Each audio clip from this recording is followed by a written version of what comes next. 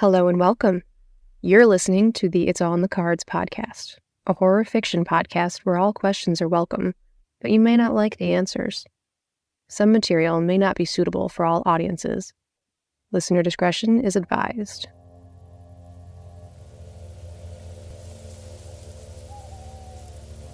Gail disappears before the police arrive. Roz does most of the talking, but I give them what information I have. Basically, that Elena came for a reading about her husband. I see the fight in the officer's eyes to not mock my tarot readings, or at least be professional, as he completely disregards it as hocus-pocus bullshit. That's fine. I don't need him to believe me. I just need him to find the husband, and believe Roz when she tells him the woods are dangerous right now. But even if the police believe us and put out a statement, there are rebellious teens, or even worse, arrogant adults, who will still venture into the woods. They're untouchable, not because they are superhuman, but that it just won't happen to them. That kind of thing happens to other people, until it finally happens to them and it's too late. I wonder how many victims, or worse, followers, the buried mother has enthralled this way. I hope Gail is right, that the circle will finally act and do something before it's too late.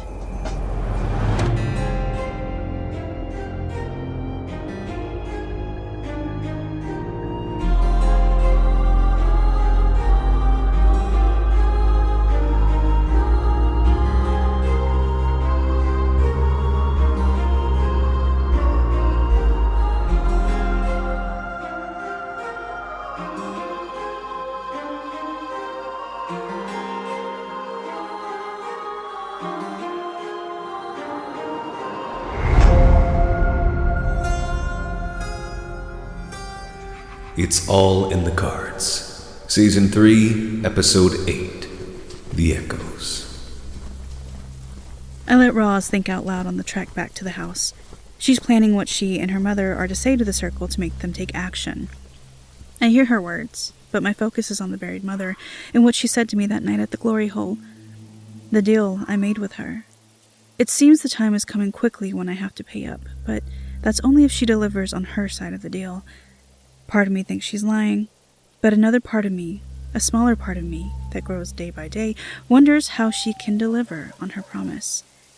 And if she can, I have to be prepared to deliver on mine. By the time the cops are done questioning us and shoo us away from the crime scene, Laura has made her way to Maureen's house. She and Maureen sit in the wooden patio chairs around the fire pit by the back door, waiting as Roz and I approach. I'm sure this will not bode well for me. I let Roz fill in Maureen and Laura on what's been found. Laura hides nothing on her face. She feels shame for not finding them sooner. I want to tell her it wouldn't have mattered, that even if she sent the search party as soon as we asked, it still wouldn't have made a difference. But I don't. Sometimes we need to wear some shame to help us grow. Maybe she'll realize the duty and responsibility of a high priestess isn't just spiritual, but communal, and she'll take it as her first wake-up call to do better. But as I look more closely at her, I realize it's less shame and more fear that's on her face. Fear that we could use this as a reason to usurp her. She looks right at me and I see it plain on her face. She thinks I'm bitter and trying to do just that. I'm sure Sam's questioning during the lesson the other day did nothing but stoke those paranoid flames. I do not want to get sucked into these stupid infighting politics. But also, she's just proving more and more that she doesn't deserve it. Maureen assures me that she will bring this in front of the sealing circle for action. I leave her to it. If I go, I'll probably say something not so nice. I just tell them if they need any help or anything from me to let me know. Laura walks with me as we both leave. I slow my pace to let her pass, but she doesn't. Jade, if you have a moment, I'd like to talk to you about something. Laura, I swear on the goddess I did not put Sam up to that. No, I know that wasn't you. At least, I know that wasn't by your direct request. Sam and the recent initiates look up to you. That is plain to see. And I would be a fool to ignore it. What does that mean for me? I would like you to become one of my priestesses, and teach the coven lessons to pledges. Roz and Maureen also think it would be good for you. I just bet they do. I would be open to teaching the classes, but I do not want to be your priestess. Come now, Jade. Don't let your stubbornness get the better of you. Priestess is a step away from High Priestess. If the mother wanted me in such a spiritual role, I would have been given her blessing. Instead, she gave it to you, did she not? I see that twinkle of fear igniting in her eyes again. Me making it a question instead of a statement that she had the mother's blessing. I wonder if she knows I know the truth. I may have been the better candidate, Jade, but that doesn't mean you are hopeless. I'll teach, but not be a priestess. They go hand in hand, Jade. They don't have to. And if you want me to be in that leadership role, those are my terms. I will not be your priestess, but I will help the coven how I can. Being my priestess is the only way you can help the coven. Maybe in your twisted view, but it's not the only way. We've reached the cars, and I am so done with this conversation. I open my car door to get in, but she puts her hand on the window to keep me from pulling it open. I am doing what I think is right for the coven, against my better judgment. You can join me as my priestess and teach the class, or you can face expulsion. I laugh and startle her. Good. More fear for me to feed on. 1. The bylaws say that expulsion must be a unanimous vote, and as you said, the neophytes look up to me. 2. There is no way I'm leaving this coven to fend for itself against a high priestess who had to cheat to get the job. Oh, yes, I know, and I let you be high priestess anyway, because I thought it might be good for you, that maybe you would grow into the job, rise to the occasion, as it were.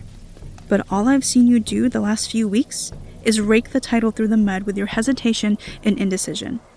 Everyone has been patient with you in the transition, and you take advantage of it. Now this ultimatum of yours, it's strike 3. They won't believe you. You have no proof. Rachel is all the proof I need. She steps back from me as if I just slapped her. Good. I take a step towards her, smiling. She and I could have you recalled in an instant, but we won't, because I have bigger plans for you. She relaxes when I say I won't tell on her, but she's smart enough to tense again. What plans? I need you to be High Priestess, Laura. I need you to represent the coven at the sealing ceremony, and when the time comes, and you'll know when it comes, I need you to do exactly as I ask. That's it. If you do, I will never let your cheating come to light, and I'll make sure Rachel doesn't either. But if you fail me on this, you'll lose your title and more. Do we have an understanding? She thinks about this for a moment. She could absolutely run and tell Maureen and Roz that I'm up to something, especially around something as important as the buried mother's sealing ceremony. But, as always, Laura takes the route of self-preservation. Yes, we have an understanding. But don't you dare try to undermine me in front of the coven. I don't have to do that. You're doing it all yourself. If you really want to stay High Priestess, Laura, you've got to do better. I fling open my car door, and she doesn't stop me this time. I shut it and start the car, but roll down the window as she walks to hers. Oh, and Laura, one more thing. Thank you so much for allowing me to lead the coven lessons without becoming your priestess. I'll see you at the next meeting. She deflates, but nods her head. I'm surprised how easily she broke. If I had known, I would have pulled that move weeks ago.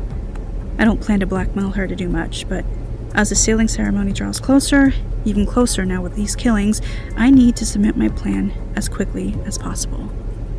God and Goddess help me.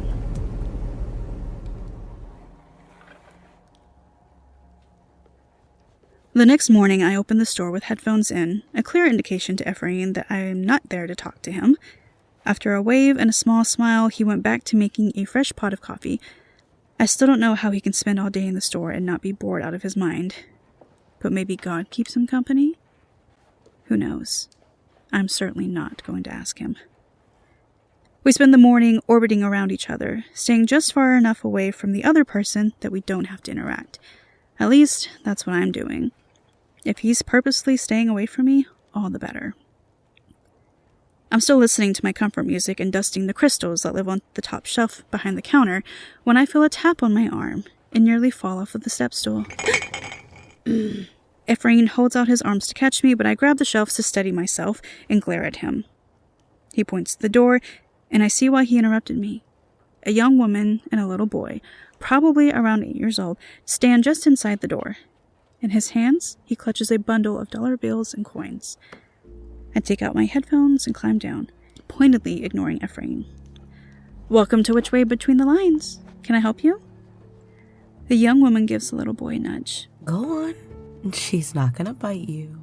I smile at that. If she only knew. Looking down at the boy, I try my best to look non-threatening. "Hi, my name is Jade. What's yours?" Oliver? "Hi, Oliver. Are you looking for something special today?" I glance up at the woman with him, hoping she can shine some light on why she's making a child talk to a stranger. When he looks up at her, tears coming to his eyes, she finally takes over. We lost our dog Rupert this week, and Oliver is having a hard time with it. "Oh, okay. Did you want me to help you find him?" At those words, the tears that have been glistening in Oliver's eyes finally fall, and I realize my mistake. "Oh, I see. Lost, but not lost. Got it." The woman kneels down and rubs the boy's back as she explains. Rupert was our chocolate lab. We got him when I was 5, so he's been in our family for a long time. He's always been there for Ollie, sleeping in his room as a baby and laying under his high chair. They had a real special bond. "I see. Was he sick?" She nods as Oliver's tears slowly taper off. Yeah, he had a lot going on. Arthritis that made his hips hurt, so that walking became difficult. Fatty cysts all along his belly. Eventually, though, he started showing signs of heart disease, and then he stopped eating. And I nod along. I know how hard it can be to watch a pet grow old. I thank Goddess that Mr. Giggles is of a species that lives as long or longer than humans. I won't have to watch him pass. "So what brings you both in today? Did you want to talk to Rupert? Because I do tarot readings, but I'm not what you would consider a pet psychic by any means." At my words, Oliver looks up at the young woman. Layla! You said she could help! I know, Ollie, I know. She's not a pet psychic, but that doesn't mean she can't help. "Did you want to do a tarot reading? See how Rupert is doing?" Oliver nods his head vigorously, and I lead them both to the reading room. Layla sits in the opposite chair, and I pull over a stool for Oliver. It's been a while since I've had more than one customer for a reading. Maybe I should keep extra chairs in here just in case. Pulling out my deck, I hold it up to Oliver and Layla. These are tarot cards. We use them to get answers from the universe about things we may not be able to figure out on our own. So all you have to do is ask a question, and we will see what the cards want to tell us. Oliver thinks it over for a second. Do we have to ask it out loud? Usually I like to hear the question directly from the person asking it, but since I know more about your situation, you can ask it in your mind. The cards will pick it up. He scrunches his nose and stares hard at the deck of cards. With one big huff of air, he relaxes his face and nods at me. "All right, this first card is going to represent the situation." I flip it over, nodding at the swords thrown to the ground. 3 of Swords. This means you're going through a really rough time. You're suffering and your heart is broken. Clearly you loved Rupert a lot, and the loss of him is a big hole in your heart. Oliver's lip quivers at that, and Layla puts her arm around his shoulders, tugging him in close. The second card is what you want to see happen. This is the 4 of Wands. This card is about community and coming home. I share a glance with Layla before turning my focus back to Oliver. "It sounds like you want Rupert to come back. Is that right?" Oliver nods his head, hope sparking in his eyes. Can you do that? Layla says you're a witch, and witches can do magic. Can you bring Rupert back? Damn, I'm gonna have to break this kid's heart all over again. "I'm sorry, Oliver. I don't have that kind of magic, and even if I did, I wouldn't do that to Rupert." What? Why? You're the best dog. You deserve to be here forever. I know. I don't doubt that he was a wonderful dog, but sometimes our bodies get tired and they can't support us anymore. Rupert was hurting at the end. You wouldn't want him to be here hurting, would you? That's not what he would want for you. Slowly, Oliver shook his head. Quiet tears slid down his cheeks once more, and a glance at Layla showed she was crying as well. Good. I'm glad that you and your family loved him enough to do what was best for him. It's going to be hard for a while, but someday it won't hurt so much to think about him. You'll remember all of the funny things he did, and all of the ways he made you feel safe and made you smile. That's what Rupert would want you to remember of him. For good measure, I turn over the last card, revealing a rainbow behind a group of cups.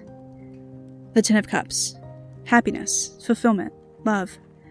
Rupert loved you so much. You made him so happy while he was here, and he wouldn't have wanted to be with any family but you. You loved him, and he knew it. See, buddy, we gave Rupert a good life. He knew we loved him, and we know he loved us. We just had to say goodbye before we were ready. I miss him. Oh, I know, Ollie, I know. I miss him too. Oliver throws himself at his sister, and she rubs his back in soft circles. Trying to stay out of this emotional moment, I collect the cards from the table and quietly put them away. When they've cried themselves out, Layla and Oliver stand. As I'm showing them out of the reading room, Layla falls back. Thank you for taking the time to give us a reading. You're welcome. I hoped it helped him find some peace. Yeah, me too. They stop at the front counter, and Oliver pulls out his small bundle of $1 bills, but I wave him off. This one is on me, Oliver. I think you were very brave to come here and ask for help. I hope when you think of Rupert, you remember the good times first. His lips pull into a tight line as he tries to stop the tears from coming again, and he nods. What do we say? Thank you. I watch as they walk out of the store, and the flicker of an idea becomes a full thought in the front of my mind. The dead dog reminds me that I have more than one way to find out about the murdered hikers and potentially the missing husband. I'll just need some help from one of my 2 favorite necromancers. I have to make a choice I really don't want to make. Silas is out of town performing one of his shows, but Eric is happy to help without his dad there. I know he's been getting the hang of it. He and Silas check in regularly and ask me ritual questions as they apply. Necromancy really is its own thing. Another natural ability, like me able to take and give energy. But sometimes magical practices help with the routine and feel of control. So, of course, I've given my advice when I can. I know Eric's doing great. But to use only Eric to call upon the dead and ask about the buried mother doesn't feel great. Yes, Eric is grown and can make his own decisions, but in my eyes he's still a kid. And I'm sure in his dad's eyes as well.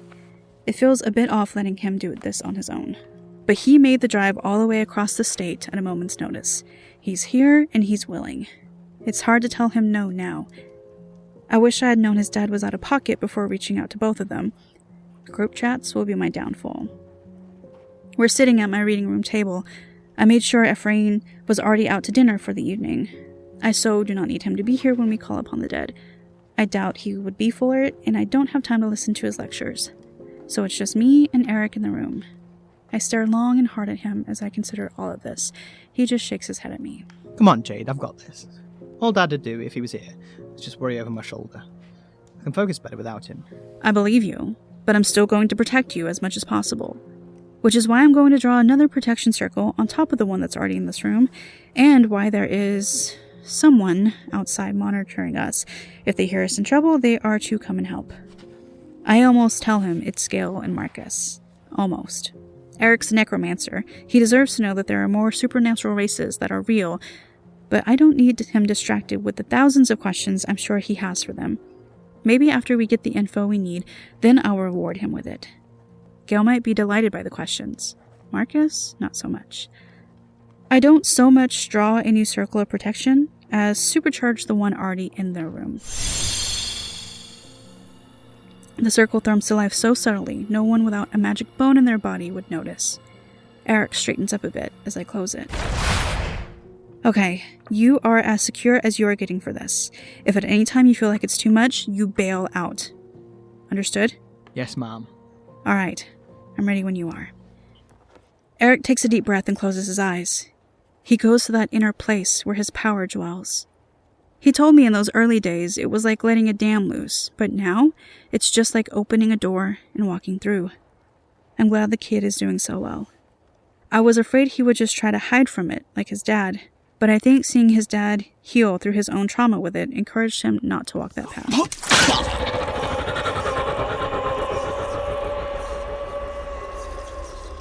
The ectoplasm drips out of his mouth like he's exhaling smoke from a cigarette.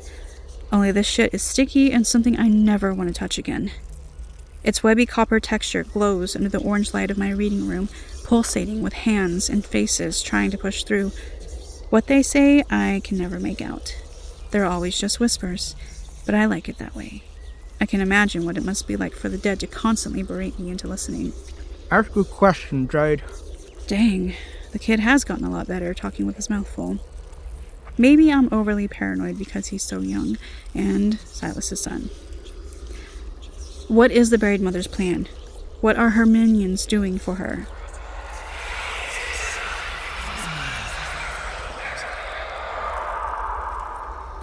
Eric grips the arms of his chair tightly. It sounds like I've got a group warning us, and a group persuading us. Some are saying follow her. Others are saying stop her. But how do I stop her? What exactly is her plan to get out this time? The cloud of ectoplasm grows bigger as more and more hands reach out to speak. More faces press against the otherworldly membrane, desperate to be heard. I don't know if they can give that answer, Jade. The mountain? Now they're all saying, unleash the mountain. She's buried in the mountain. They must mean to release her. Wait, none of them are warning you about her anymore? No. Either those voices are pushed away, Or they're all on her side now. Eric, break the connection. They're not going to help. I can't. What do you mean you can't? I can't shut the door. Jade, help. The ectoplasm grows bigger, casting a shadow over us. I reach across the table to touch him, to push my power into him, to somehow help him push them back. But he grabs me first, hand tight on my wrist. He snatches me so quickly I'm caught off guard and I just stare up at him. He begins to choke, and I watch as the copper color of the ecto fades into black. This blackness begins to drip, and when a drop lands on the table, I realize it's tar. Shit. She got in, and I let her walk right in by using Eric. I push my power into him, but immediately hit a metaphysical wall. She's already in him too deep. Her blackness, now covering the ecto, begins to spread across Eric. His choking stops, and he looks at me with eyes seeping tar. God, how do I save him? Alone, I'm no match for her, but I try anyway. I push with all my power against that wall she's put up around him. So much power, it ripples through the room. With that ripple, Gale and Marcus are finally alerted. Gale comes storming in, but can't get past my protection circle. I have to open it to let him in. I quickly throw my power at my circle to open it, but as the tar seeps out of Eric's nose and corners of his mouth, I fear it's all too late. Eric's body leans forward, but I know it's not Eric that's looking at me. He smiles with tar-stained teeth and slurps the ecto back into his mouth. Unleash the mountain.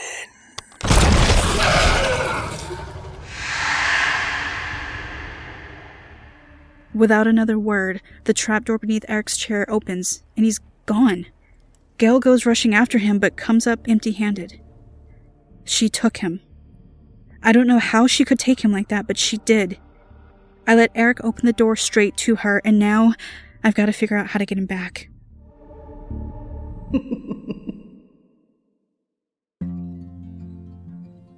This episode of It's All in the Cards podcast was written by Ashley McAnelly and Morgan Valko, featuring the voice talents of Ashley McAnelly, Erika Sanderson, Elias Yates, Naomi Richards, and Lou Sutcliffe. Theme music by The Arsonist. Outro music by Ethan. I want to also give a shout out to our latest Patreon this past week, Elias Bull. Thank you for subscribing. If you would also like access to bonus episodes, including a series of Sam's journaling and a spin-off of Charles from Season 1 hunting for the Deck of the Eternals, head over to the Patreon page and subscribe. Thanks for listening.